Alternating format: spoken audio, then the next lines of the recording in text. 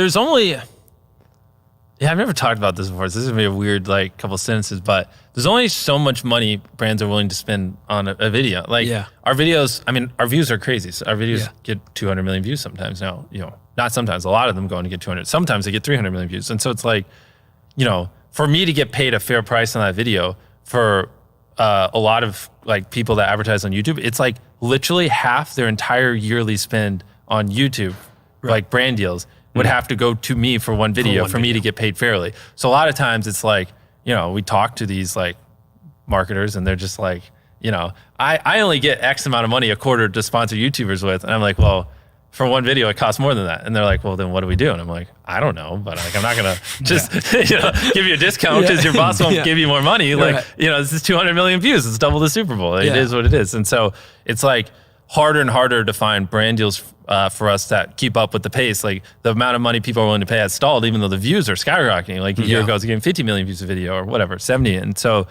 yeah, it's getting makes more and more sense for me to just build companies that I own because, you know, you know, if I promote something that it converts and like, you know, it actually leads to real sales. And so ideally one day I don't have to do brand deals anymore. I don't like having to promote other companies, but I also like making the best videos possible. And my videos don't make money. Even when I do a brand deal on a video, I still lose money. I lose like over $1 million a video and I have to supplement it through like gaming or reacts or through other means. And it's like, I don't make money. I'm constantly stressed about money nonstop. And it's like, people are always like, well, just don't spend $4 million on a video. And I'm like, why would I not do that? And they're like, well, because it's stressful. And like, maybe if you spent 2.5, you'd be fine. I'm like, yeah, but then I don't get to do what I want to do. And it's also a big difference from last time. You showed us your books last time. Yeah, we were probably spending $1 million a video back then. I think it was like 500. Yeah, it was like 500. Yeah. I think you showed us one and you were like, that's 800. Yeah. This time you didn't take us to the accounting office. I lose more than that on average per video I upload. So my total spend last time. But it is what it is. So yeah, I just got to figure out a way, like the answer to me isn't make worse videos or like stifle my creativity. I want to do whatever the hell I have to do to make the best video possible. And money just is a huge factor. It just is, like to like build sets, like these walls, like even lumber, you know, it's expensive and then you got to construct it. And like, this is like a shell of what it will be. This video is going to be freaking awesome. But like for this video alone, 1.5 million of it's going to be just building this stuff and like decking it and putting stuff in it or whatever. And like, you know, well, if I give $1 million cash prize, well, that's $1 million on top of it. You know what I mean? Yeah. And it's like, it just adds up and it's like, well, I don't want to give away less money. I don't want to have less, I don't want to have worse sets. I just need to figure out how to make more money so I can fund all this stuff. And so that's kind of what got me started on doing this. And I'm just very passionate about food in general. I love just even if, I don't know if you came in my room earlier, but we were just trying different formulas for the chocolate. And then to me, this is kind of like a YouTube thumbnail. Like you put it on a shelf in a store. So like it actually, like a lot of what I learned on YouTube about clickbait or whatever came over, and it's like I get that same excitement designing the packaging that I do when I get to make a YouTube thumbnail. And it's very fun to like create an actual product and then like have people try it and experience it. I could go on and on. Also just chocolate, like for the last 100 years, we started with this. We're going to do other stuff like one day soda and, you know, try to just take categories and make healthier products than what's out there. But chocolate for the last 100 years, especially in America, has been owned by 4 companies. And like no one has been able to get in there. It's like Hershey's, Mars, Lindt, and Ferraro, and it's pretty crazy. Like, but even most of it's just Hershey's and Mars. You know, they do like 75% of chocolate revenue in America, and so it's like it's kind of like monopolistic almost. Like you can't, if you have a successful chocolate company, they'll just buy you or just like bully you so you don't get shelf space. And so these guys like just own all the chocolate space, and they don't innovate. Like a Hershey's bar to me just tastes like, it tastes very processed, and I don't really like it. At all, to be honest. I mean, and so it's so fascinating to me, like, why are there not new, innovative, cool, like, you know, snack products coming out more often? It's because these guys just have all the shelf space and they have no need to innovate. You're just going to buy what's there and no one's really threatening them. So to me, it's fun to like put pressure on them and try to get as much shelf space as possible and, you know, try to figure out what they're doing, but better. It's like the only thing in my life outside of YouTube that I've like gotten hooked on and like gotten that same high I get working on YouTube. I get that when I make these products, like CPG products. And so I enjoy it a lot. It's a lot of fun. I think like Feastables to me is your YouTube channel when it had 8,000 subscribers. Exactly. Right now, I'm still figuring out, but that's exactly it. I love it so much. It's so addicting. And I never, ever thought I would find something even remotely close to YouTube that I love and I can throw my life at and genuinely enjoy. But I freaking love it. I love staring at chocolate data. I know everything. It's all over the wall. Yeah. You want to know how much? 20 billion. It's like the growing 4% a year. What else you want to know? That's what I've realized. Walmart does $4.5 billion a year in fucking chocolate. It's like your new sales. YouTube studio. Wait. Say that again. Walmart does $4 billion a year in chocolate sales. Yeah. Wow. Not just chocolate bars like this, but just across chocolate. anything with chocolate in it. Yeah. Walmart's the highest grocery retailer. How much of Walmart's chocolate business is Feastables? Well, ask me that in a year. Okay. The thing is, there's resets, and so our chocolate per SKU, if you put Feastables there, sells like crazy compared to every other chocolate company. But the thing is, they only once a year reset and evaluate. Oh, you're selling X amount of volume. We should give you more space. Our company is very new, so we are way overdue for infinitely more shelf space. We're just waiting for the next reset. It might not even be 100% about that. There's probably some politics involved in that too, of I don't want to get into that. No, but I'm saying the Hershey's Walmart relationship is probably legacy. It's old, right? There's been You're the new kid on the block. Yeah, I know. And there's some interesting stories there for another day. Right now. Or today. Like any business, it's going to take time to build trust. Yeah. Right? Your YouTube channel at 8,000 subscribers, in YouTube's eyes, is all right. Yeah. Let's see what happens. Walmart and everyone's great. The retailers working with them's awesome. And a lot of them watch the videos. So it's pretty easy. It's not the stereotypical where you would think I walk in there and I have to pitch these people why they should sell these products. Anytime I talk to a retailer, they're just okay, how much do you want us to put on the shelves? It's not. So it's more right now. More the problem is making enough bars and keeping up with demand. It's not really convincing retailers to put it there because it's pretty obvious. I can show infinite amounts of data of how Feastables isn't just taking revenue from Hershey's. So people are just walking to the chocolate aisle and instead of buying Hershey's, buying Feastables. People who never would have bought chocolate in Walmart are walking to the chocolate aisle specifically to buy Feastables. You're creating a new market. Exactly. I'm bringing new customers to the aisle, which is such a net positive and one of the biggest KPIs these buyers would want, that it's just dumb not to have me there. It's literally incompetence not to put our bar there because I'm bringing new people to the aisle. You know what I mean? And they realize that. So it's not even a thing. You know what I mean? It's just literally, can I keep up with the demand? It's similar to when you started on YouTube, you had a group of up and coming creators that you talk to all the time, right? Do you have that in CPG I'm working products? on it. I'm trying. Founders of, or I have two. People? I can't name them, but I'm trying, bro. I'm calling every chocolate company on the world. I'm calling them. I'm reading books. I just read Chocolate Wars. I read Milton Hershey's biography. I've reading all these books, and I'm calling people who wrote the books, and I'm yo, what did you learn, or this or that, I'm going my tree of knowledge is disseminating. You read this book, and then you talk to this author who recommends this person. It's it's cool to see that, and so I'm starting to get resources of people because I don't, for the most part, I don't know what I'm doing. And I'm learning as fast as possible and trying to become one of the most knowledgeable people on the planet when it comes to making food products and eventually beverages. So right now I'm just in that stage of trying to absorb knowledge as much as possible, and I'll just call people. I'll be I don't know what I'm going to learn off you. I'll do everything I can to add value to you. And in exchange, just teach me everything you know. People who have run a snack business for 10 years. I'm just teach me everything, and then I'll teach you everything I can. Let's just exchange knowledge and try to make it a win-win. And I'm doing that 5 hours a day. The thing I love about the way Feastables works with your brand is that when it is in the videos, which is now almost every video, right? Yeah.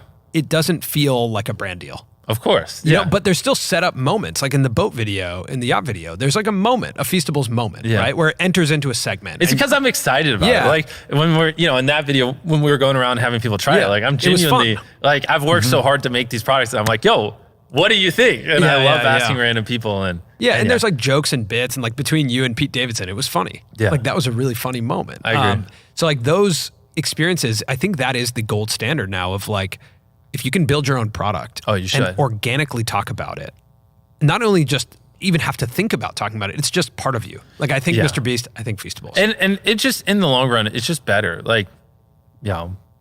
If people aren't going to pay you what you're worth for a brand deal, just do it yourself. I mean, it just is what it is. You know what I mean? Yeah. So, it's hopefully one day I can spend $10 million a video, because you're a chocolate I just don't think, not in the near future, people are going to be willing to pay that kind of money. Even if I'm pulling 1 billion views a video, I don't think anyone's going to pay me $10 million a video. So Right. I just got to go make it myself. You know what I mean? Would you ever entertain not spending millions of dollars on a video? I mean, I have before. But like to go back to years ago, like filling a backyard with I did the Orbeez. video. I didn't eat food for 30 days. I mean, like, I did that video for dirt cheap. People, I've said this before. That's one of my favorite. Yeah, videos people loved it. I I love can't, that like, And video. that was unexpected, yeah, actually. exactly. I can get 100 million views on a video for less than 10 grand if I wanted to. It's like, it's possible, but it's like what's the point? Like, I'm just trying to make the best videos possible. I'm not trying to like, I don't have an ego. I'm not trying to like prove to people I don't need to spend money. I don't care. Spending money isn't a bad thing. Like, I hear people ask me that. I'm like, why does it matter? Like, in what world? So you would rather me keep my, not you, but this imaginary hypothetical person. It's like, so you'd rather me keep my money. You'd rather me go buy a mansion and a Lamborghini like everyone else, as opposed to investing it in content, creating jobs for people, and trying to do everything I can to make videos my viewers want to see and can't find anywhere else. You'd rather me just go buy a mansion. That's what I'm supposed to do. You know what I mean? Like, it's not a negative that I spend money on videos. You know what I mean? I actually ask it more from a place of curiosity. Yeah. Of what would you I mean, look make? at our gaming channel. I mean, our gaming channel, we get 60, 70, 80 million views on videos with like no money spent all the time. So it's like, it's definitely possible, you know? Yeah. I'm going to shift gears a little bit to talk about as you're building this company, this like media company or chocolate company. I don't know how you think about it, but how do you think about the difference between human intelligence and artificial intelligence? Oh boy. In like the future of creativity and work and yeah, that's it's gonna be interesting. You know, I don't, obviously it's not there yet. We all know it's not there, but with ChatGPT and everything, it's definitely getting exponentially better at an alarming rate. And there will probably be a day where you can, upload every MrBeast video and just go, all right, here's every video I've ever done, everything I've ever said, blah, blah, blah. I'm going to do $1 versus $1 billion helicopter. Yeah. Tell me what I should do. Tell me what would be funny. Tell me the best helicopter. And it would probably be able to spit off like, here's every helicopter on the planet. Here's what I think you should do, and blah, blah. And it'd probably be pretty close to what I would end up doing. So I do think that will be a thing one day.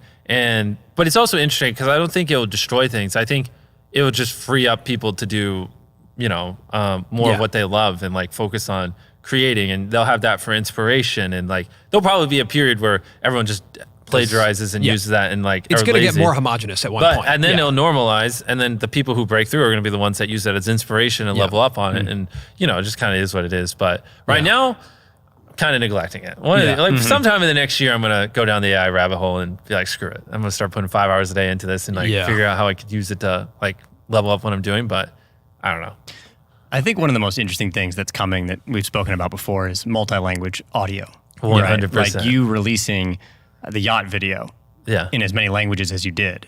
Yeah. Contributed to it getting so many views, of course. Right? Yeah. And there will be a moment when that is available to people because of AI very quickly and very cheaply, I think. Right. And that I still think is a little ways away. But if we go, like, let's just go there. Okay, yeah, like if you want to say 5 years from now. But because it's like, you have a plethora of content on YouTube, and I'm not going to watch videos in English that are just AI dubbed. Like, I'd rather just literally watch a normal English video. And so it's like, the thing is, in a vacuum maybe, but to like get your video in Hindi promoted, right, with Hindi dubs, you can't just, have the dubs. It has to, like, if this is the standard of content over there, it has to be above the standard to get promoted and go viral. You know what I mean? And so like, you're like kind of with AI dubbing, especially right now, obviously, you're just like, competing on crutches, like in a wheelchair. You know what I mean? It's not a level playing field. And so for it to get to the point where it's so indistinguishable, where it is a level playing field, I think that's still years away. But maybe I'm biased. I think you need to have video tracks that are different too, maybe. Like video with tracks built-in is another thing. subtitles that are different and like it's brutal. There's something that I love upstairs, by the way, which is the photos of your voice actors? Yeah, the voice actors. Hey, are you going to overlay that footage? No, we're not going to overlay any footage. That's our rule. Maybe don't overlay it, actually. You guys don't get to know who they are. Yeah. I think, but that's really cool that you have all the different voice actors who play you guys. Like their pictures are up here in the office. Yeah. I love that. There's 13 I just think that's so me's cool. all around the world. Actually, when I went to Japan, I met, all our voice actors over there. It was so awesome to see them. Because like, I've said this a million times, it sounds like a broken record, but I have the same person who voices Naruto does me. And then we also had all the other voice actors for the boys. It's so interesting talking to them because they're like, they study our personalities and they know us so well because they've, basically role played as us for hundreds of videos, like hundreds of hours collectively. And so it's pretty interesting because they like, sometimes they're like, when I talk, like I accidentally start talking like you because I've mimicked you so much that it's like kind of become a little bit like us. Like that's one of them said to one of the boys. That's and crazy. It's like, yeah, it's so interesting. Yeah. And they know everything about us. They know our mannerisms. They're like, hey, Lamborghini is hard to translate. Like maybe use a different word. And we're like, oh, really? Whoa. And they're like, oh, you use this adjective a lot. And I've noticed you do this and you have this quirk. Because they have to study how we speak so they can mimic it properly so the dubs come across real. Are you considering that in your content of like, how do we make this more global? No, I just do. No. I'm just me. Okay. I don't care. But it is interesting when I meet them and they're like, why do you say this word a lot? And like one of the ones a lot, it's like Lamborghini. Apparently that's hard to translate. Yeah. And they're all like, any other car. They're like, Ferrari. And I'm like, how is Ferrari easier to say than Lamborghini? And they're like, they try to explain it. Like, I don't understand, but on the topic of like, because when we're talking to them, we're talking with Google Voice. Like, so I'm like typing in, why is Ferrari better than Lamborghini? And then I hit play and it says it. And they grab the phone and they're like, that'll be interesting when that's happening live. Where there's like live translations happening between people. Exactly. Like I should be able to talk into it and your AirPods auto translate. Exactly. Yeah. That's probably pretty close. No. But on the English dub thing, did you watch Squid Game in Korean with English subtitles? Or did you watch it because as of anime, I'm kind of conditioned to use subtitles, so Got it. I watch the subtitles. Yeah, because I would say that, like, when I think about Squid Game, I think a lot about, is the next big YouTuber from somewhere else? Yes. Right? Is the next big YouTuber from India, and with multi-language audio, they get kind of imported into America the same way that Squid Game got imported into America. Agreed. Right? I think that's a real possibility. That maybe YouTube has been so US based for so long. Well, just US and Europe. US and Europe. Based, yeah, English based. That maybe we need a completely different culture to watch. I'm excited. Right? Like, I want to see it. Yeah, that feels like, if there was like a Casey Neistat in India, like showing us his so daily life, cool I'd be to like, see. wait, that's super cool. And I could understand it. Imagine like a Ryan Trahan from India, where it's like, I won't even name a country, but just, these other countries that have lower RPMs, so they couldn't ever do these bigger budget stuff or build sets. Ryan isn't spending that much money on videos. So like finding a Ryan in one of these other countries, that just is getting by on personality for the most part would be very fascinating. And then to see that personality in this other culture and environment, I do think would do pretty well. I think that's probably the next thing we're going to experience. I would love to see it. The only problem is, now that almost everyone's getting this beta program where you can have access to audio tracks, but even then, like, they're not going to be able to do the dubs. Like, it's just a big thing. Yeah. And it costs money. So it's probably going to be at least another year until that's kind of a thing. Yeah. But yeah, it'll be interesting once it is. Speaking of Ryan Trahan, is there any inspiration you've taken from him? When we had him on the channel for the first time, we titled it around MrBeast. Yeah. Being like that he's kind of the next MrBeast, but we were saying it in like a low budget way, that he has not budget. That was years ago. Not budget like everyman in a bad way. Yeah, but like I get what you're saying. Yeah. How much have you watched his videos, and have you taken any inspiration from No, what he's doing? I can't do what Ryan does. Like, he's too, he's like Emma, like they're just different. Ryan has fun and Ryan's happy. Ryan's the YouTuber you want to be, man. Ryan's like, I agree. The YouTuber you want to be. Dude, I said that yesterday in the car. I was like, if there's one YouTuber I'm jealous of, it's Ryan Trahan. Exactly. Yeah. Ryan's got a great life. Yeah. Man's making money. Man's having a good time. He's got a wife and he's happy. Like, you want to be him. Like, no, bro, you don't just spawn stuff like this and manage companies this big and scale up tens and hundreds of millions of chocolate bars and all these things and, and just have carefree, just make not stupid, but make like, funny jokes and blah, blah. Like, me and him live in different worlds. And so like, no, it's like, I'm just like, I don't know. I got so much going on. It's so hard for me to turn my brain off. Like, I struggle, but it's something I try to do. Is like when I'm filming, tend to like, it's so like even 1 through 100, I'm like thinking like, oh, these sets could be better. Like that cube could be better. We should wipe that so they could see through it. We should have this wide shot and then it could come here. And I'm thinking of all of this. And so it definitely, I try to like flick my brain off and just be like, be funny, be funny. Cause that's what people want. They just want me to be funny and be in the moment. And like, that's like a constant battle for me. Whereas I don't think he has that much of a struggle because it's just the things aren't as complex. So it's just a little bit of a different world because also if I'm not worried about those things, then they don't happen, If you don't fully enjoy it all the time or it is stressful, are you always actively working to make it more enjoyable? The problem is like, I always push the videos to be better. And so in a world where I'm like, all right, this is like the level where it's good, then it would be fine. Because like the second I solve a problem and we catch up and like boom, boom, it's like, okay, well now I want to start doing CG like Squid Games. And it's like, all right, we solved that and now it's not as stressful. And it's like, okay, well now I want bigger sets. This is one of the bigger videos we've done. Yeah, it's like now I want Squid Games every video. What makes you happy my is team's like, innovation. what, bro? We can't spend $4 million every video. We can't do sets like this. This is impossible. This is a one-off. And I'm like, but no, now I know it's possible. Yeah. So like I want to do it every video. And so it's like then you solve that and you keep pushing and pushing and pushing. And it's like, so that's the reason why I'm always stressed. But it's like, it's not like anyone's forcing me to do it. Yeah. It's just like it just feels like it runs in my blood. Like if I'm not pushing and innovating, then I just get depressed and I'm like, what am I doing? Like, well, what's the point Innovation of life? is what makes you happy. Exactly. It makes life so exciting. Innovation is extremely difficult. Exactly. And it's miserable. And then you time. push and then you're like, this is hard. And then you're like, well, why am I even doing this? And then you're like, I'm going to go watch anime. And then you come back and you're like, all right, let's do it. Wow. So we tweeted out this graphic that you replied to. It was like a pyramid where we showed like a typical company has a CEO on the top. Yep. And if you remove that CEO, the company's still intact. Exactly. And you can swap out employees. Yeah. That was a while ago. That was a while ago. And we turned it on its head and said, this is a creator company. Everything lies on this one individual. And you pull that person and everything falls. And you replied to that talking about the pressures of running a creator-led 100%. business. And that you have to be a certain type of person to do this. Yeah. Can you talk a little bit about what you've learned about that, like a creator-led business and being the creator in a creator-led business? Yeah. Well, one thing is, like, especially because I started out the podcast talking about stuff, I just want to be clear. Obviously, I signed up for this, and no one's forcing me to do it. I love my fans. I love you guys. So I don't want to sound like I'm complaining. It's just miserable. Even though I am miserable a lot, but it's self-inflicted misery. But yeah, the thing is, it's like, across everything I'm doing with this and the production company, whatever, just the people who make my videos with me. I have hundreds of people that work for me and they have families and like so many people depend on me. Like if I, don't film videos, like I can't pay people. So like I have all that. And like I was describing before, it's like, I leave these walls and it's like, just crazy. Like not as crazy. Like obviously there are people way more famous than me, like Taylor Swift, you know what I mean?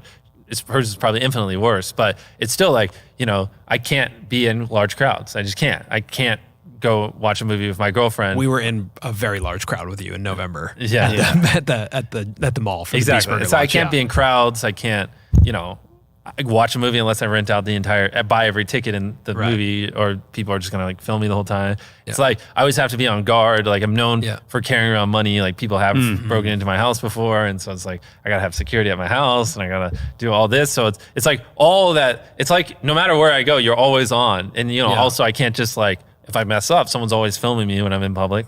I don't know what mess up means, but you're always on. You can never let your guard down. There's always things going on. And then, and you always have to be filming because all these people depend on you. And, and then the expectation is like, if I just do one thing just slightly worse than a video, then there's 500 Twitter threads of like why MrBeast is getting lazy and MrBeast is going to fall off because like on this one boat, he wasn't feeling the best. Like they don't know, but I'm like, oh, if I'm not feeling the best and I just like, don't film as much for one little thing and I just, whatever. And so then the bit isn't as perfect as it could be. Everyone reverse analyzes it and it's like, MrBeast's a fucking moron. You're like, he didn't do this, this, and this. Like what is wrong with, and it's like, no, I don't know. I had like the flu or something. Sorry, that piece of content isn't as good. I don't know what you want from me. Then it's all this pressure and then, you still have to make short form content. I still have to do this. And, so yeah, it just kind of like all stacks up and you're running at full speed nonstop. And, every time you take even like an hour off, you feel bad because you're like, damn, that's an hour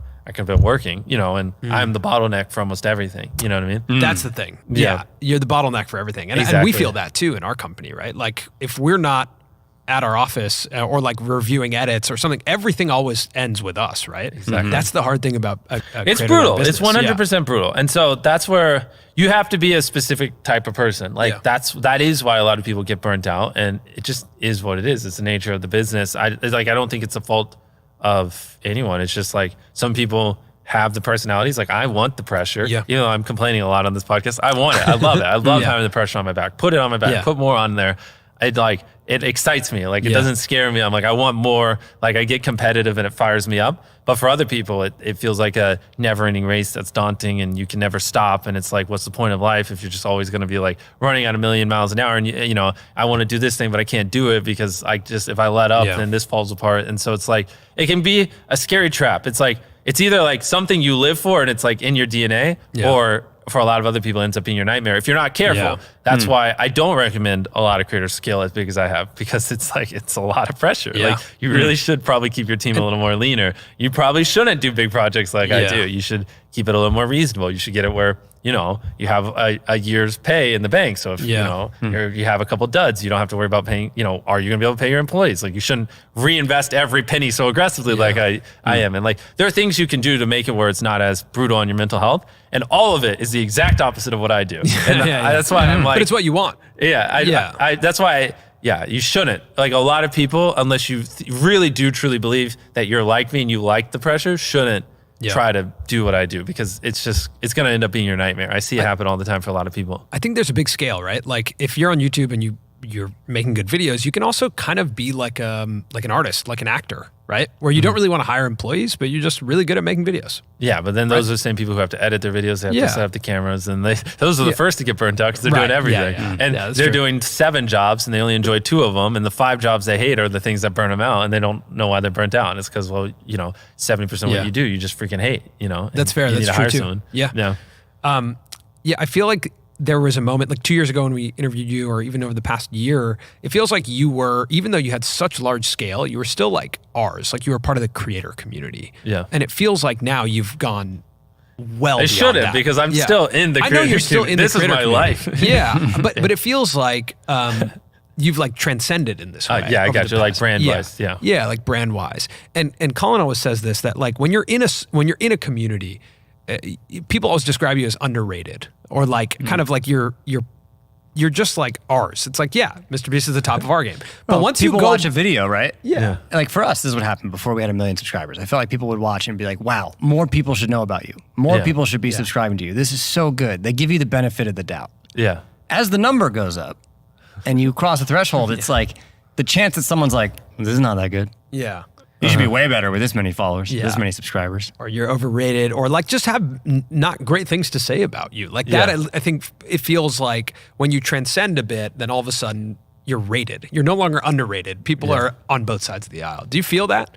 Well, I think this is where I'm different from most people that come before me, and like, I just don't care. Like I've said this before, my goal is to make the best videos possible. I'm going to spend 100 times more. I'm going to be 100 times more creative. I'm going to work 100 times harder. I'm going to hire the best. I've said this 3 times already. You probably want to kill me. And as long as I do those things, and I believe in my heart I'm making the best videos possible, and I'm doing everything in my power to entertain my fans as much as possible, then I don't care. Say what you want. I mean, like, I know that I'm doing the best I can, and that's all I can really expect. So like, once I kind of got out of that loop where like the comments, you know, kind of, this was years ago, kind of told me what's good or not. And I just got to like, no, I'm just going to do what I think is good. And I'm going to pour my entire soul and everything I have, from money to my brain power to my physical body, and hire the best people as well to like leverage and expand that. And then like, what is there for me to be worried about? Do you feel like people judge your moves now? Oh, they like judge every little thing I do. Everything. Everything I say is reverse analyzed with Twitter threads. Everything I do on thumbnail camera. Switch you make. Everything. Is hyper analyzed. Yeah, exactly. Right? Of like, why did he do that? Everything. Yeah. But what does that mean?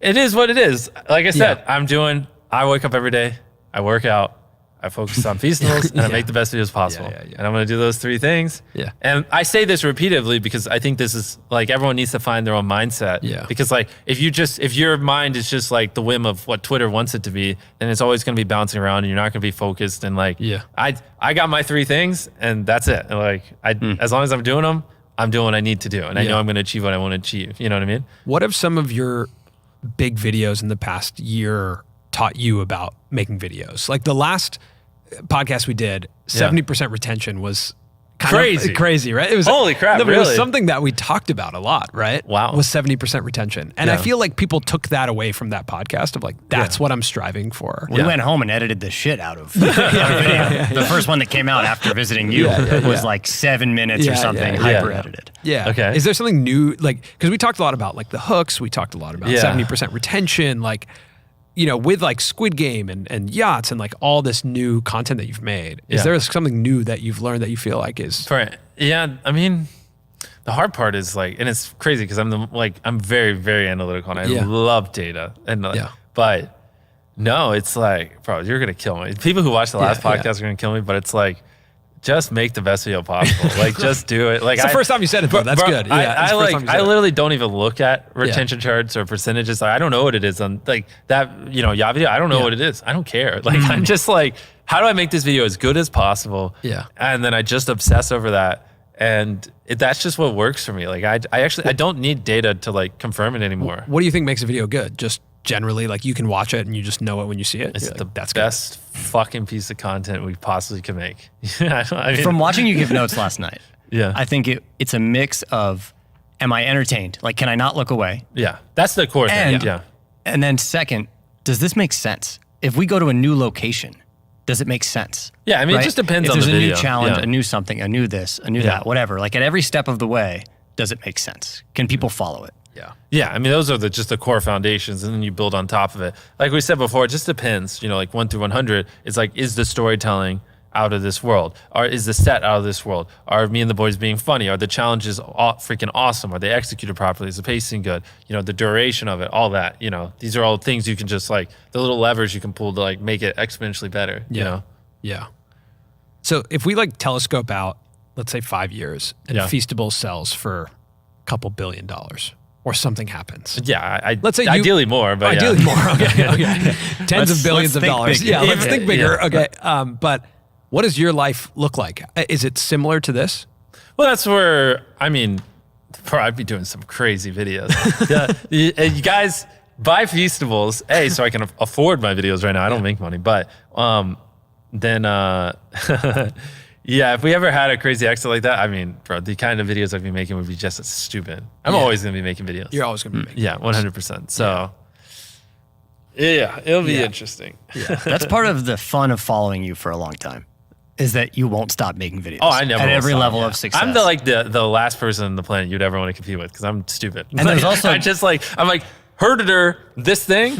All right, have 30 years of my life. I don't care. It's not logical. But there is also, like, when I look at you, like a parallel storyline where I wonder, will he ever stop making videos? Yeah, because he's 25 now. I know. 10 years from now, I'm like, I'm 34. 10 years from now, I'll be getting started. Easy. Why would I stop? But that's the tension in it. Is I'm like, okay. Well, what's a better use of my time than getting hundreds of millions of people to watch every piece of content I make? I get to be here and be like, all right, let's see. I'm more excited now than I was when you first met me. When was that? 4 years ago? Whatever it was. Yeah, maybe 4 or 5 years Whatever ago our first podcast was, Yeah. I'm at least 10 times more excited than when we did that. So it's not going down. It's going up. It's pretty crazy. Do you have aspirations of getting married? Yeah, of course, one day. Yeah. I mean, right now, this is my main focus, but I love my girlfriend. That's my answer. Yeah. And no, but that's not like me pushing the question off. Sure. Like, No, of course. No, like I could. I'm just curious about like some of that, right? Like of like that trajectory over the next 10 years or 20 years. Like, well, luckily my partner Tia, she is like, you hear it like, your partner can either divide what you do. What's the other word?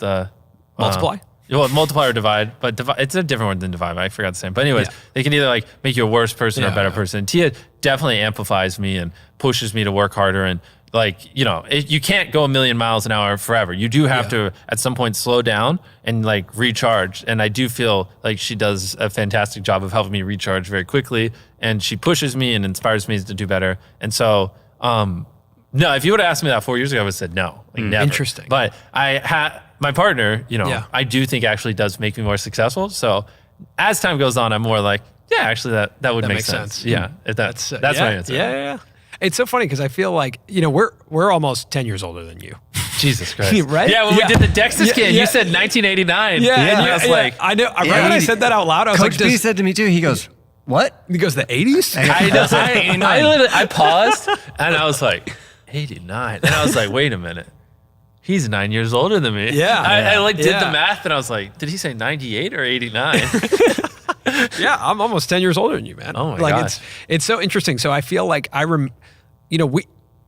my life was dramatically different from yours at 25. Yeah. But at the same time, Holy crap, you're 34. Yeah, no, I'm 33, all right? Oh, okay. I'm 34. Yeah, he's 34. Man. Wow. The old guy. Wow. But What's it like? Yeah. Are you guys about to die? What's it like, man? You saw us working. Do you have a will? We're getting. What happens? You know what? I don't have a will. Yeah, I should I probably. don't. So like, I should probably make a you will. die in a couple years. Is it like, does it just go to Colin or? I mean, you're getting close. Or I'll just find another Samir. I should just write another Samir. You know what? You should actually, guys, if your name is Samir. Yeah, put it in the comments that you want the channel. No, I think it should just become Samir. Colin. Or it should become Samir if you die. Yeah. We'll have to find replacements either way. Yeah. But it is interesting being like mid-30s YouTube grandpa. creators. Yeah, married grandpa, mid-30s YouTube creators. Oh my God, and you're married. Wow.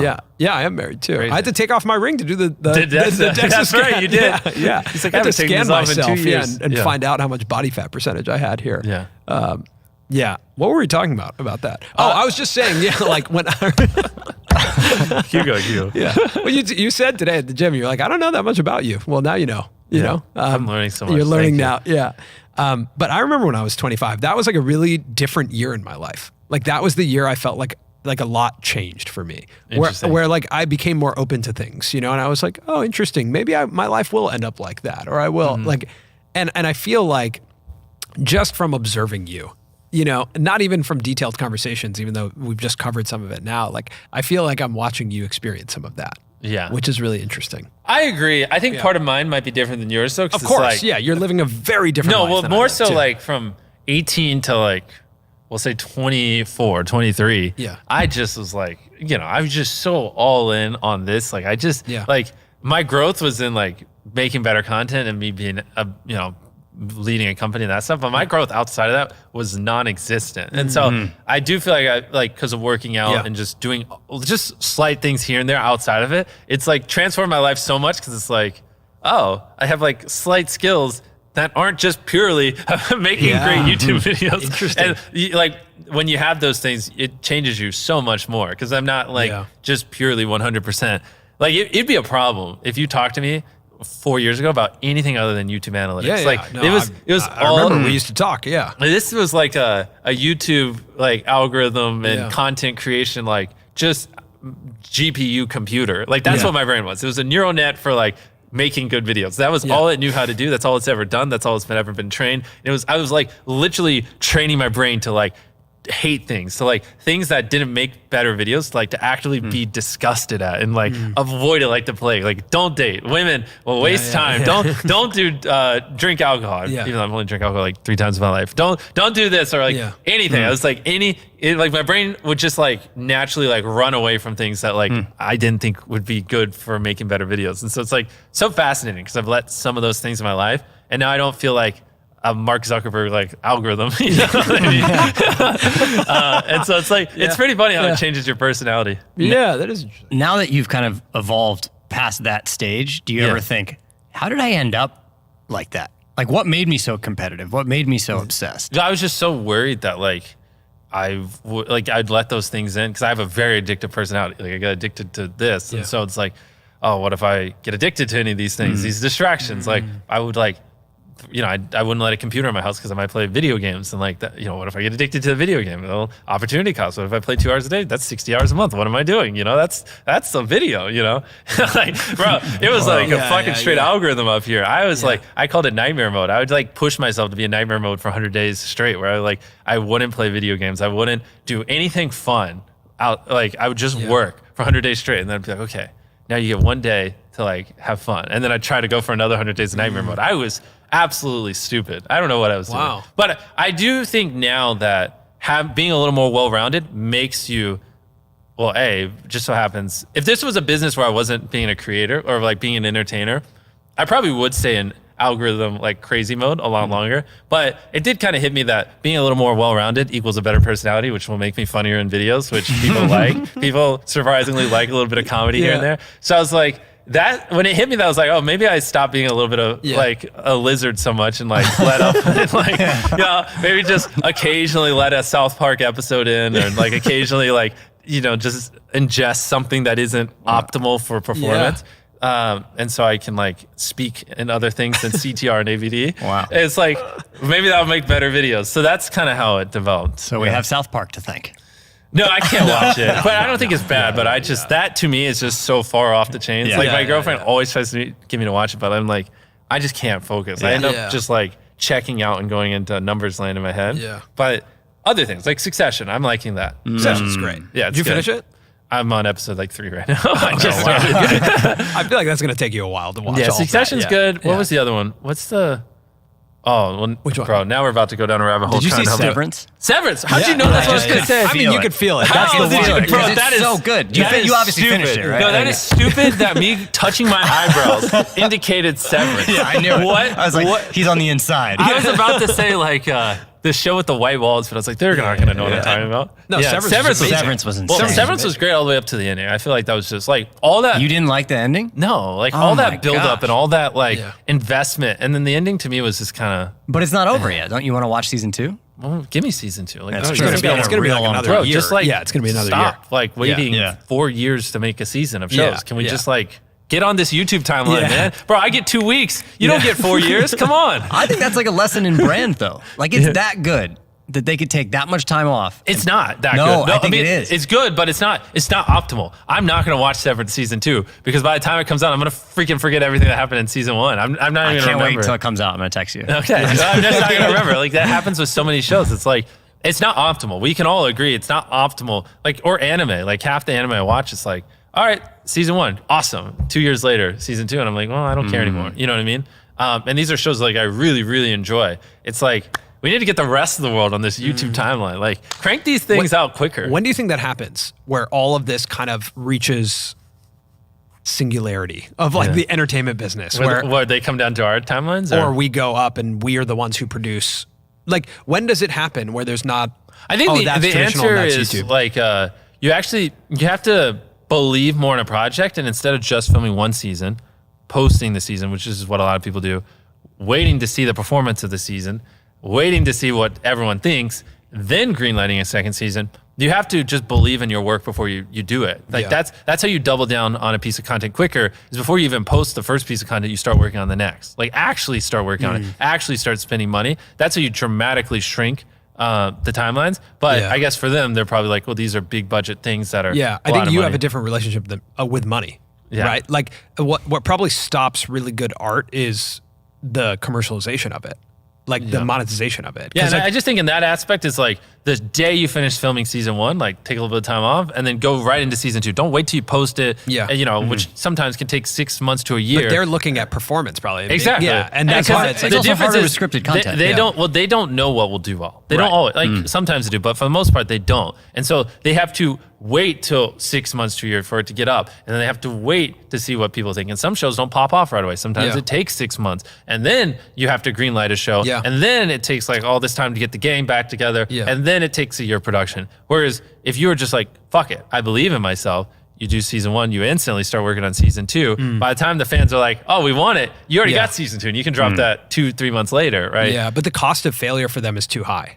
Right? Well, it's, again, that's where you need data and you need to be knowledgeable. Like for me, I just spent 10 years of my life, hyper obsessing over what makes the best video possible and like what people on YouTube want to watch. So like I can spend every dollar in my bank account on a video because I don't care. I know people will watch it. You know what I mean? You just need someone like that over there who's like, I don't care if we spend all the money the studio has. Like I know people will watch it and we're just going to do 3 seasons. We're going to make 6 seasons of Severance and put it out all at once. They should have, bro. That's a freaking banger.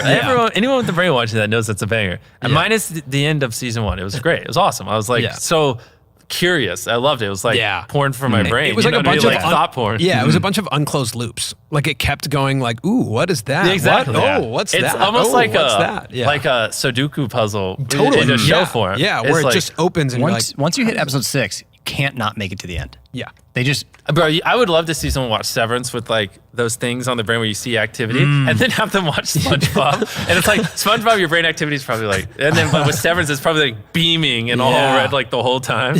And, That's funny. I wonder if we'll put B-roll over that part. SpongeBob and Severance. What's your relationship to like do you feel like any of your videos are not well performing, or do they all perform at such a level? This is the worst time to ask me. Almost every video the last 2 years has been 1 out of 10 or 2 out of 10. Our views have gone up so much, it's crazy. But is that data? Is that team? I mean, our videos are just so much better than they used to be. Watch a video from 3 years ago. But it's what abysmal. makes them better? Just the ideas? Like Everything. the concepts? I mean, look at that yacht video. The transitions were better. I already told you, like a large the part intro to the yacht video I thought was one of the best.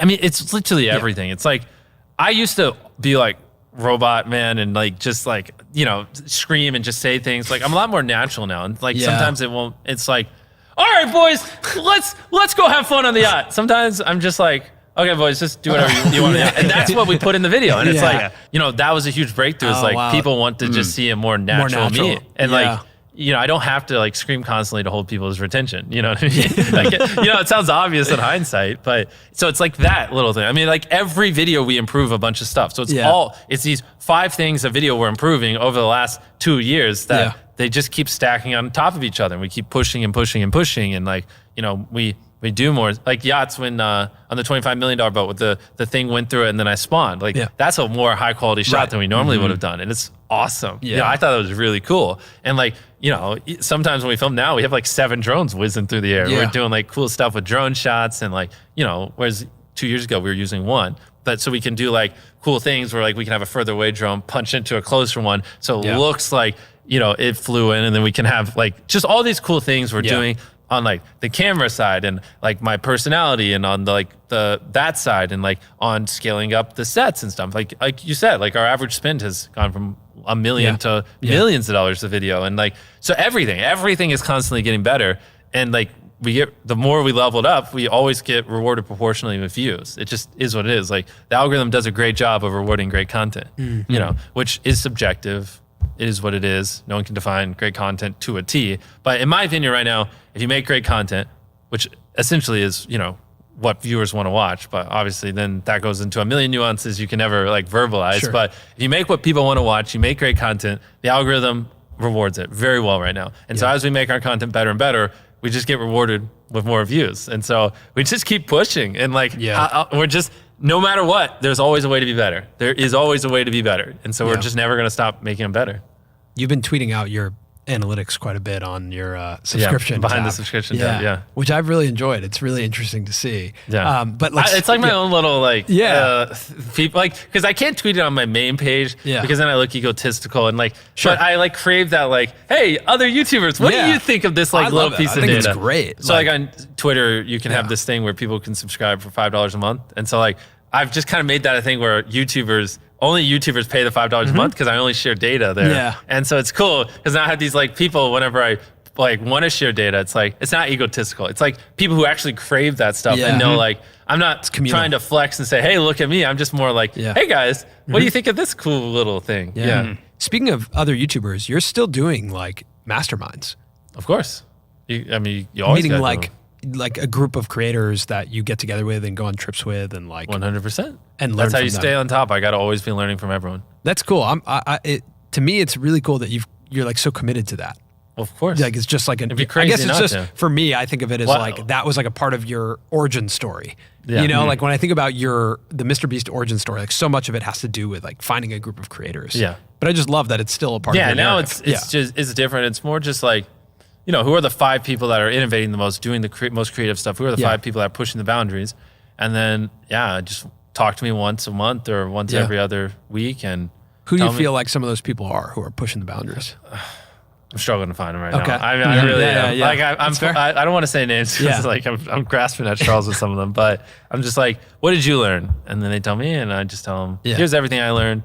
I watched your video. Here's why I think it's bad and how it could be better. Let me know how else I could add value. And I try to do that as much as possible. I'm not sure that the next chapter of YouTube is like channel specific more than over the short term. It's going to be video specific. Like we're going to see videos that really pop. I mean, that's where we are now, but that's because like a lot of people when they have a video pop, they just don't know why. Like they don't. Like I know why my videos do well because, like I said before, I spent 10 years of my life just hyper obsessing over all this. Like I mean, the amount of YouTube videos I watch in my life is just ridiculous. Yeah. I mean, and the amount of videos I've broken down frame by frame is in the thousands over my life. And the amount of hours I've spent studying stuff is like something that's interesting is like, how they say it takes 10,000 hours to master something, right? Yeah. Obviously, everyone says that. And everyone's like proud when they're like, I put 10,000 hours into this thing. Like, I'm going to put 10,000 days into this. Like literally, I'm going to 10,000 days is like 30 years and I'm almost 15 years in. Like I'm literally on a quest to not put in 10,000 hours, but actual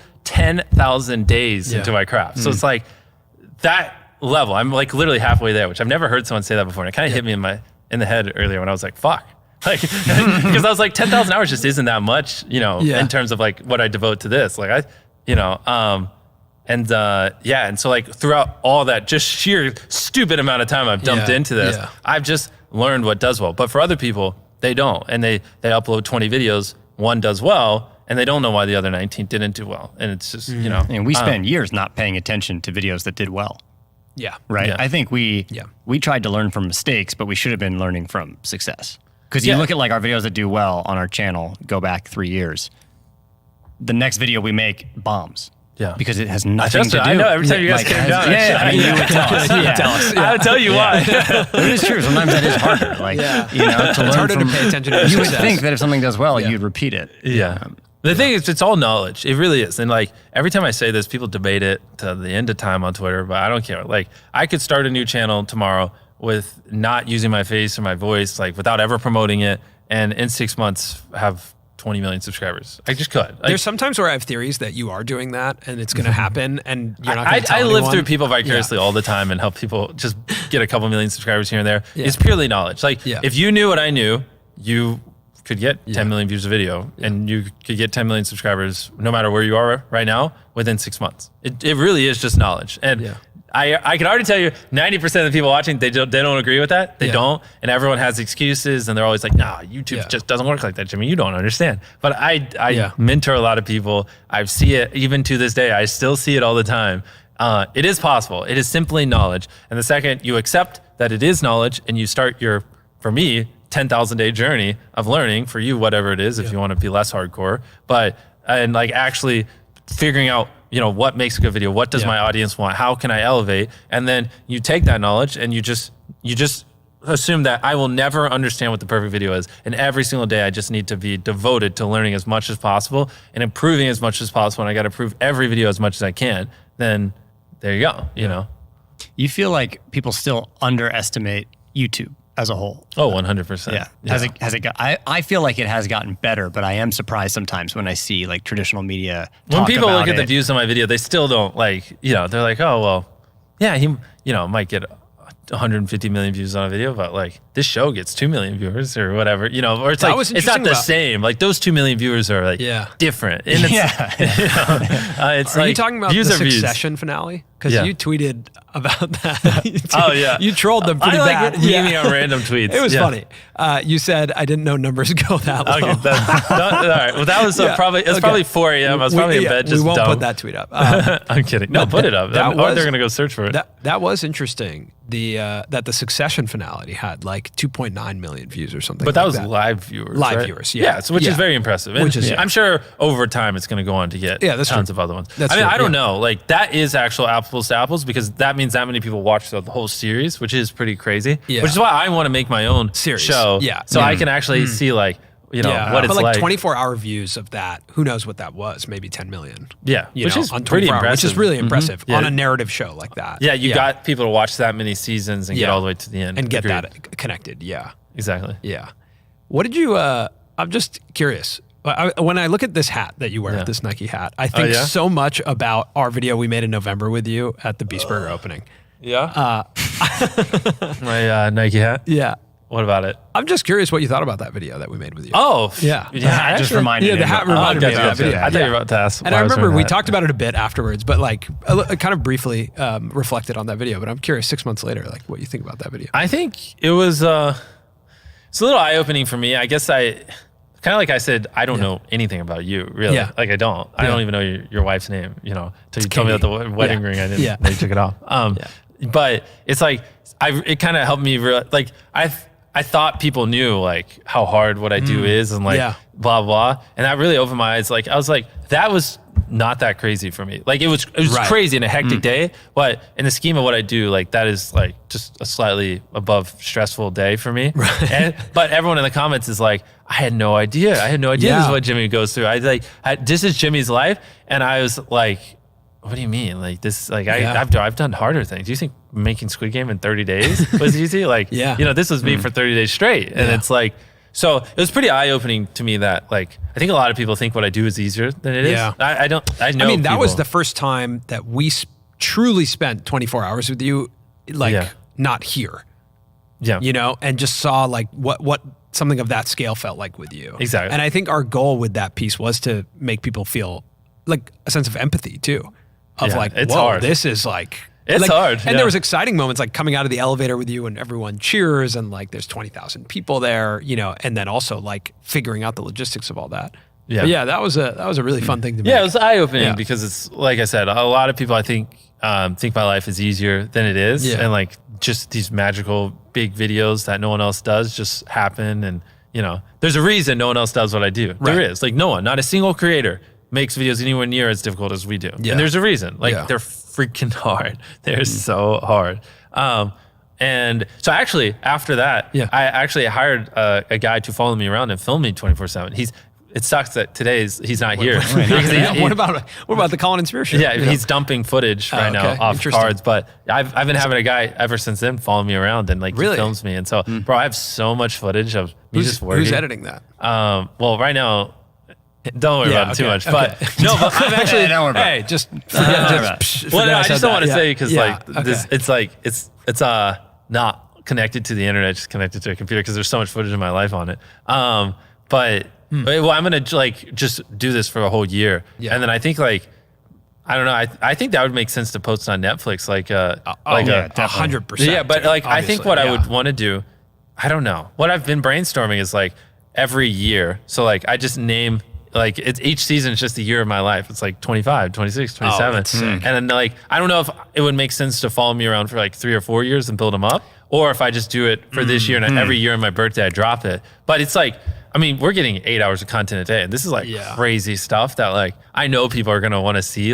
every little thing from a 10-hour design meeting from Feastables to filming videos behind the scenes and or me going for 30 hours straight and being please just give me a 5-hour break so I can sleep. All this cool content. So I think I might just drop it on some streaming platform because it's gonna be I don't even know. The problem is I got so much content that it might need each year of my life might need to be 10 episodes, literally, or 3 or 4 1-hour episodes just to show a whole year of my life. It might not do it justice if you wait 3 to 4 years to Which then it's just a docuseries. Yeah. So that's where I think kind of Drive to Survive, how you see so much behind. A MrBeast version of it where it's every year on my birthday, it's here's this year it's 3 1-hour episodes. Next year it's 5 because we had a crazy year. Next year it's 2. Would you feel on something like that, you would want creative control, or would you feel more open to someone else's vision of what that looks like? I don't know. I haven't really thought about it. I just let the guy follow me around, do it, and edit it. So I'm probably just gonna let him do it. I got too much stuff going on. Yeah. But that's cool to have another vantage point of your experience. Exactly. And I'm kind of after we do this at the end of the year, I can have someone come with the footage, and I can see how many hours went to Feastables, how many hours went to this, and my data brain. It's I love having someone follow me around all day because now I can look at that and see where my life went. But I think it's gonna be phenomenal content. It sucks that he's not here right now. Yeah. He's occasionally he has to dump all the SD cards. So it's that's what he's doing today. We filmed some stuff today and yesterday that I feel would be really cool. It's cool to me that it was the Beast Burger video that we made that made you think, I want to have someone. Bro, because you made, what was it, 40 minutes? 40 minutes, 40 minutes around one day of my life. One freaking day of my life was a 40-minute video that 10 million people wanted to watch. Yeah. And it's so he's been following me around for a long time now. Oh, yeah. He's got he's got hundreds of those. Yeah. It's going to be crazy. Interesting. Wow. Yeah, I don't even know, I mean, sometimes it's literally 6 hours of actual usable good footage in a day. And I'm bro, you could just make a documentary on that day. I don't even know what we're going to do with this. So I think it's important for people to see what making YouTube videos looks like. And obviously at your scale, it's a little May bit 7th. different. I'll probably end up dropping the first one on my next birthday. So we'll see. Wow. Assuming a streaming platform will actually pay what it's worth. So that'll be interesting. I feel every time we do a podcast, you call out streaming platforms, which I love. It is, yeah. But hey, it's about to get real because I'm going to have that. I'm going to have the 10-episode series. If someone will just, trust me and put up enough money and let me do what I want and not, mess with the creative vision. Yeah. And I got another one. All right. Can this, if I tell you what it is, you'll have to mute it. But you put it in. I want sure. to We'll just maybe share our reaction. Yeah. Well, but are you actually going to mute it? Because if it accidentally got in, it would screw me. Yeah, but listen, we've built up trust over the years. We're not gonna, this is not one of those you can't forget to mute it. We're not going to forget to mute it. Okay. So we're trying to get.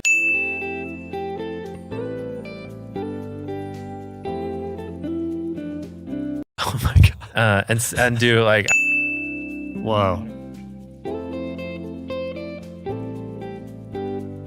Wow. So we also have that in the works, and it's looking that likely. would be crazy. All right, now unblur. Yeah, all right, now unmute. Yeah. Can we not No, mute? don't mention nothing. No, Mention okay. nothing. Okay. But is that not the banger out of this world? No, but that's a great idea. Yeah. And that's more than a great idea. That is the pinnacle of ideas. if they agree to that, that will be the moment that I was talking about, where you'll start to see the worlds blend in a different way. Yeah. But the moment that happens. And imagine, so that's... Yeah. Oh my God. Yeah, that would be insane. Yeah. The funnel. That's what I'm saying. It's a crazy. no-brainer. That would be insane. But there is a big barrier of subscription price Yeah. on certain streamers. Yeah. You know? Or all streamers. And just really. like in Walmart But, and these other retailers, how I can point to how I'm driving new people to these aisles. Like, it's the same way there. Data is data. And like, I mean, they're throwing around 9-figure deals sometimes to people who like don't get 100 million views a video. They get like 1 million, you know what I mean? On random things on television shows. So it's like, I mean, I see the kind of checks they write. It's like, it's a no-brainer to work with me. You know what I mean? Yeah. So we just got to figure it out, which they know that. They're not dumb. Yeah, of course. Yeah. They'll figure it out. Of course, we will. You don't have any fear in doing that? We can't talk about it anymore. You can't say that. No more ideas. All right, fine. Yeah. We gotta muted mute it what, anyway. Yeah, we got to mute what Collins muted just it said. anyway. There you Yeah. go. It's Now all we have to muted. mute so many things. Yeah. Okay. That was funny. That's great. Is there something that you feel like, even in an effort to document your life, that people still don't understand about you, or that you wish people understood about you? Oh gosh. I mean, I think the biggest thing is people just think what I do is a lot easier than it is. Yeah. It's hard. Like, I'm serious. I'm just regurgitating myself from earlier, but there is a reason no one else does what I do. Yeah. There just is. Like, no one on YouTube. I've been doing this for years. There's been plenty of time for someone to spend millions of dollars, to build a team, to do big videos, to like, do videos that take a month to film, 6 months to set up. Like, if people wanted to, they could, but it's hard. It's so hard. And to consistently do that is like, it's just so much work, and so much more work than, and whatever people think we're doing, it's 10 times harder. They just don't realize it, So I'd say that's the biggest thing, is like, I think people, a lot of them think I just throw around money, but it's like, it's not that. It's like, if it was that, everyone would be doing what I'm doing, you know what I mean? Or every creator would. Yeah. When it comes to team, how do you pitch jumping on board for that? Because I feel like even for Samir and I, it's much easier to be like, yeah, we'll put ourselves through hell. Like, we'll stay up Friday, Saturday, Sunday, whatever. Because it's like, this is our name on this channel, and this is what we've chosen to do, and it's what we like. But it gets tougher when you have people come in and work. What I would say, how do you pitch it to people, or what do you look for? What's the type of person that is down to be on this journey? Well, one thing is, the highest thing I value is coachability, because like, no one's going to come in here and be able to tell us what to do, right? And no one's going to come in here knowing what to do. Like, the first 6 months you work here, you're useless, and it's fine. You're supposed to be useless. Like, I've spent 10 years of my life doing this. I've had people here for 5-6 years now. Like, they will just run circles around you, no matter who you are. You know what I mean? And so, it's coachability is very important, because people who aren't, then like, they just don't belong here, which is crazy. But it's that simple. It's like, I'm going to tell you how you can charge me more money, but people really struggle with that because they want to prove they're valuable, or they think they know better, especially if they come from traditional, which is why I don't hire traditional anymore, because they think everything we do is just stupid. But it's like, our shows aren't scripted. It's not even a show. I don't know why I call it a show. Like, what we film isn't scripted. So it's like, things aren't efficient, but they can't be efficient, because to be efficient, you'd have to fake things, and we don't fake things. You know what I mean? So it's like, just coachable.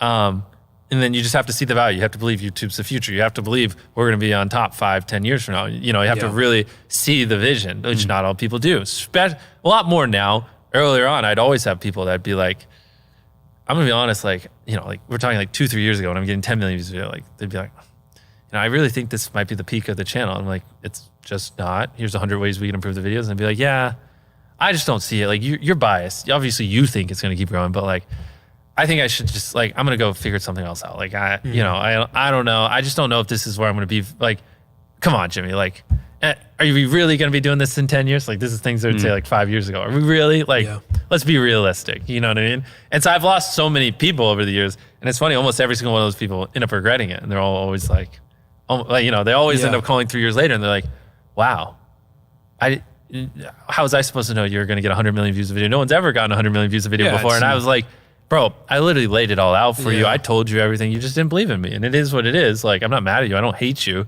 But I told you this would happen and you just didn't trust me. And it is what it is. You know what I mean? And so I've had that happen so many times to see the value, coachable. And I mean, I could go down the list. Like, do you have 5 hours? I can tell you all the things that make someone a great partner, you know? I was going to say, do you have that vision now of like, where does this channel go? Of course. In 5 years? Bro, Like, I've got at least 20 years left. This is easy. what does it look like? Do you get to 1 billion views a video at I some don't point? know. Like, Here's the thing. Fuck stats. We're going to make the best videos possible. And I'll get what I want if I do that. you know, that's something you said to us maybe 4 years ago. You said, just focus on making the best videos and the whole world will open up to you. Exactly. And I think that's some of the best. Look where I'm at. I'm going to say, I think that's some of the best advice we've gotten as not only Bro, I'm the only YouTubers. one to this day that still says this. Yeah. Everyone's all about everything else. I'm like, literally, I'm up here getting like 10 times more views than everyone else. And I'm just going, just make great videos. Just obsess over what people want and give them what they want. But I think it is like you get a taste of a little bit of success and then you're like, I'm going to launch all of these things. Yeah. And now I can't focus on making videos, you know? Yeah, I And, suffered from like, that a little bit. Yeah, that happens, right? Like to Yeah. creators, I think what we see is creators like balloon out like this and then the best ones refocus. Yeah. Right? They come back and they're like, wait a second. This is what matters. Wait a second. Yeah. Yeah. I feel like we're experiencing that right now, you know, where it's like, wait a second. We got to refocus, you know, like this is what matters the most. This unlocks the world. I love it. You know, 2 years ago, we did this podcast Yes. and it kind of drastically changed our career, you know, amongst other videos we did and different things we did. But At one point, we were number 1, 2, 3, and 4, right? I mean, you look at our channel, a lot of the videos have been collaborations with Reed you. snuck up there. But Yeah, Reed snuck up there. with the MrBeast, how Carl snuck up there. Yeah. But you are probably one of the most sought after collaborations. The amount of times I see someone make a video trying to give you something that's oversized. Yeah. Like it's, I say no to a lot of those. yeah. At this point, what do you say yes to?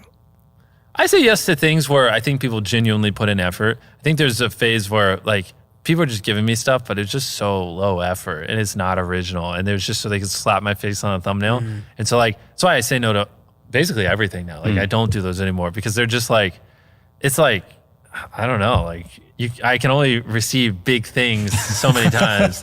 And I don't like faking my personality. And like, if someone gave me another low effort item, like, and they're filming and they pull a curtain off, they're like, oh, what do you think? I'd probably say, this fucking sucks. I'm glad you got my face on the thumbnail. Can I go do something important? Like I'm kind of, which is why I don't want to hurt anyone's feelings. So I just like, I just say no. Yeah, but like I would say yes if I actually thought someone did something actually awesome, but no one does. So Yeah, that makes sense. All right, what's our outro? Last time we gave away something, right? We gave away a Gatorade we did. bottle. We gave you a Gatorade All right, we're giving away this Feastables bar All right, right we'll here. give away this exact one. I But kissed you have it. to like sign it or something. No, I kissed it. There you kissed it. All right, Give me that pen. You know what? Yeah, Sorry, sign it. All right, we'll give this away to, should we give it away to a subscriber or someone who comments? Someone who subscribes to MrBeast. No, someone random who comments, I watched to the end. They're going to send you this Feastable bar. That's good. I'm handing it to Samir. Yep. If someone is not given the Feastable bar, it is not my problem. It's not I his. don't care. It's He mine. scammed you. Yes. Not This is me. on us. I This is want on no us. responsibility. Okay, you have to comment that you watched all the way till the end. And you actually, come on. Put watch all the 3 way till the periods Yeah. at the end. Yeah. So then I know you watched to the end of the end. Like you watched past the deep that. end, the deepest end. All right, now, wait for it. Put 10 periods. And we're only going to give it to someone who said I watched them with 10 periods because we want to reward the most loyal of the viewers. You guys know how retention works. Yeah. Don't click off. Yeah. All right, but now we're done. Now it's we're over. done. It's now really you can over. click off. See you in a year. Now we're going to give it to someone who put 20 periods. This is final. I watched to the end 20 periods. People who put 1, 3, or 10 are disqualified. Always watch to the end. All right, end it. Get this mic away from me. That's over. It's over.